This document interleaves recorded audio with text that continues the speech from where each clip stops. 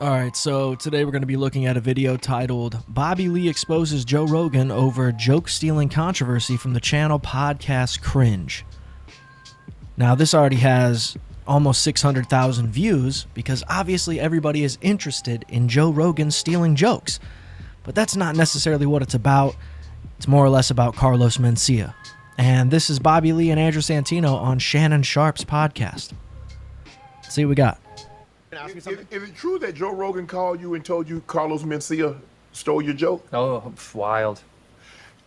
Isn't he into what you call him? He is in the rules like for tax evasion. Not He right. just got out of jail like today. No, yesterday. Yesterday he got released. Yeah, tax evasion. You're bringing up, I love it. I love it. So that just makes me wonder, because they have that information that he just got out of jail the other day, you gotta wonder, what's the relationship like? Is Bobby and Carlos still talking? Because at this point, I don't know how many other friends Carlos could possibly have in the industry, if any. At a certain point, though, Carlos has to have the same information that all of us have about all of these other comedians stealing jokes. Amy Schumer, Joe Rogan stealing from Brendan Schaub. You know what I mean? The hackness of Tony Hinchcliffe. He's got to see that stuff. I would come out and start sparking them dudes. Right? Like, being sort of the first guy who got caught up in the situation of stealing jokes. Yeah, dude, I'm coming at everybody else who's stealing jokes. Like, from the angle of saying, I at least made it funny. Look, I had a TV show, I had all these specials, I was huge. Some of you are stealing jokes and you're mid.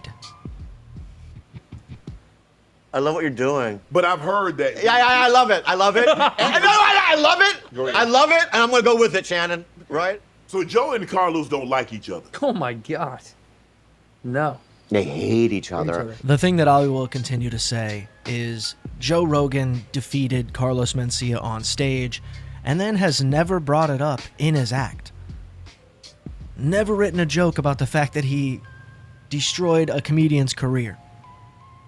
Never made a joke about the fact that he helped a non-comedian pretend to be a comedian for several years in Brendan Schaub. Why can't Joe do that? Why doesn't it? Would make me want to watch Joe doing stand-up comedy if this was the stuff he was talking about. It would make me more interested in watching his fucking podcast if this is the stuff he was talking about. Why not, dude? Why not? That's really the only good things you have going for you, is you stopped Carlos Mencia. And then I suppose it's a good thing you brought these weirdos into the limelight that we can all be like, look at that guy. What an idiot. He's not good at this. It's not much, Joe, and you never bring it up or write a joke about it. I find that odd. And I'm going to... Why? What do you understand? Here's something, and this is the first time I've ever said this, and this is just something, oh my God. Shay exclusive. I don't know. All right, So right there makes me wonder again, what's the relationship like? He's looking around like he doesn't want to say anything because him and Carlos are still in conversation, still friendly. But also, like, it's salacious, man. People will like it. This is a clip. This is going to go viral for sure. I mean, one of the greatest tight ends to ever play the sport is asking me about my thing. Is he burning... Maybe that's what it is. He's afraid of burning bridges with Joe Rogan by talking about this, maybe. Because why would you care about Carlos being upset, dude? I don't understand. Maybe I shouldn't say it. Just say it. Just say it. Whatever you want, just say it. We've said it about you, and I know you'll probably disagree maybe to a certain extent, but I think the greatest thing that ever happened to you was that getting kicked out of the Comedy Store. That period of time where you had to reevaluate yourself. But I think as comics, we look at you. Well, hold on, Bert. That makes me question how good Joe Rogan could actually be as a stand-up if he got kicked out of the place that he mostly performed stand-up. Where were you then for almost a decade? Doing TV shows or working on your set? You know, for a guy that claims to write for multiple hours a day, 7 years, dude, and you ain't got more than, what, 4 specials? 5 specials, maybe? That's some Louis C.K. shit. You could have really put your nose to your notebook and came up with some bits. Instead, you're stealing from Brendan Schaub. You reinventing yourself and reimagining yourself and making it your own fucking entity and creating this podcast, which has changed all of our lives. That moment, and it must have been tough to lose your agent, get kicked out of the Comedy Store, and have to figure things out. That we all got behind, everyone got behind. Well, here's the loophole that Joe Rogan fell into. He created this ability to have an audience without actually being good at the thing that you're claiming to be good at. Does that make sense? So Joe was able to be on TV in multiple different ways. You know, news radio, of course. What's the other one? Fear Factor. And he's also had his own shows. Joe Rogan Experiences shit. Like Joe Rogan Does Stuff. I don't know what it was. But he's had his own stuff. He's been a TV guy. His face has been out there. So he created a fan base for himself and then proceeded to say, let's do stand-up again. Look at all these other guys doing that. They get so mad about TikTokers going in and performing at theaters, you know, the weekend before them. But yet that's exactly what they did. They gamed the system. They figured out, hey, if I can just have a large enough fan base, it doesn't even matter if I'm good at this thing. People will come anyways. People will buy tickets to a Tony Hinchcliffe fucking stand-up show knowing that that's not what he's known for. Certainly not good at. Because he's got enough fans that are like, oh, I just want to see a famous guy. Everyone got behind you. Everyone was like, that's my guy. Bobby Lee has got a lot going on right now. He's just recorded his first ever comedy special. He's got a new game show with Andrew Santino called Bad Game Show. And apparently he's got a new girlfriend, Tom Segura's ex-wife, Christina P., which is crazy timing. They only just separated and bro swooped in.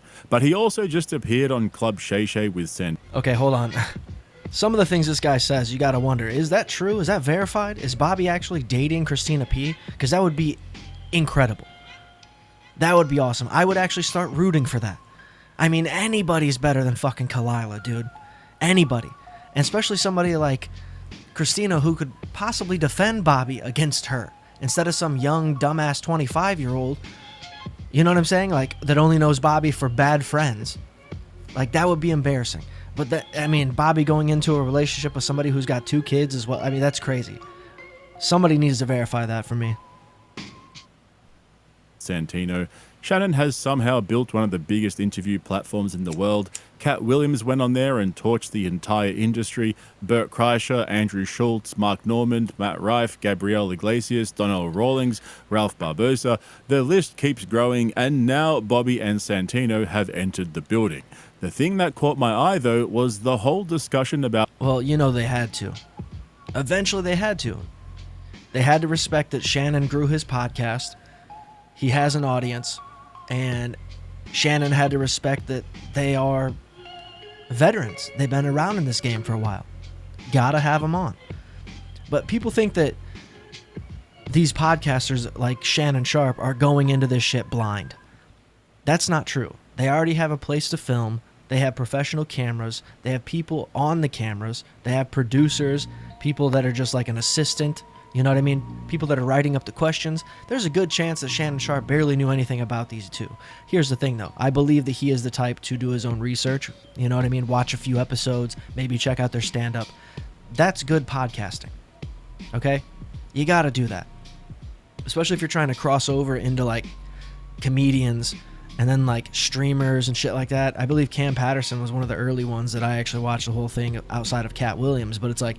You like to see it. The dynamic's interesting because Shannon, he'll go with the jokes, man. This is a fun episode.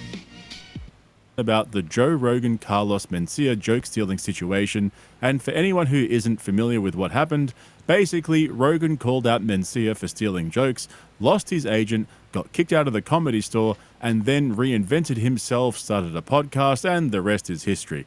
That's the short version, like the really, really short version, because holy shit, there's so much more to it than that, because Bobby Lee just added some context that changes how you might think about this whole thing, because as you probably know, Bobby was in the middle of this, and what he explains on Club Shay Shay, Well, I think what he's going to get into here is the exact same thing that Bobby Lee has confirmed on his own episode with Carlos Mencia that Carlos claims to have taken what he heard as a good premise and made it actually funny. Never once has Carlos said, I stole jokes. Just admitted it and moved on, tried to, bring a fan base back in. That's sort of the part that people don't like. Amy Schumer still has a career somehow, and she's stolen many jokes, obvious jokes. So you gotta own it, man. Some of which he's never said publicly before, paints a much more complicated picture of what Rogan was actually doing and why he did it. Remember though, if you like my videos and you want to see the longer form uncensored ones that I can't put here on YouTube, check out the link in the description to my Patreon. I just dropped a full breakdown of Rogan getting completely duped by Rupert Lowe, and there's over 60 other videos waiting for you there as well. But as for Bobby, this is how the conversation unfolded. This is what happened. Okay, so there's two people that discovered me back in the day. Yeah. It was Pauly Shore. Yeah. And Carlos Mencia. Okay. When I was a San Diego open micer. Yeah. And they did the Comedy Store in San. Hold on, Bobby. Did they discover you, or did they discover that you were desperate enough that they could use you, pay you very little money, give you very little exposure? San Diego. Yes. They saw me do 5 minutes, and they went, we like this kid, and I started opening for them. Obviously, Pauly Shore's mom owned the Comedy Store, right? So that helped me get into the Comedy Store. But Mencia, took me on the road and taught me so much about comedy. Right. This question of like stealing jokes and this and that, right? Yeah, Now, I will say, Bobby does have that special coming out. And if any of you guys have attempted to watch Bobby Lee actually do stand-up, whether you search it on YouTube or whatever, I have a feeling that that new special coming out is going to be very similar to the material we've all already seen. He stole your joke. The lack of a better word. Here's He borrowed it. No. Here's what he's the master of. What? Right? He's the master of. Now, here's where I think, like I've been speculating, is that Bobby's definitely just not willing to throw Carlos under the bus, as he should. You should toss him right under there, dude. Who cares? You have surpassed him at this point. Taking a premise, right? Changing it and making it better. Uh-huh. That's what. So just like I said, Bobby's going to sit there and cop out for his friend, for a guy that he still respects, because again, I accept that. Have the respect for the guy. Just say, man, he just wasn't good, man. He wouldn't have got caught and wouldn't have got shunned out of the industry if it wasn't true. But then you have to wonder, a lot of those jokes were used on his TV show. There's producers and all these other people that are very stringent. They make sure that things are going to go A+. So would they go and steal somebody's material? Play it off as their own because it's a little bit different because he was a Mexican guy named Ned? Maybe. But guys, go check out Podcast Cringe. I know you probably already have, but great episode of this podcast as well from Club Shay Shay. Check that out. Yeah, man. Hit the like. Hit the subscribe. We'll see you.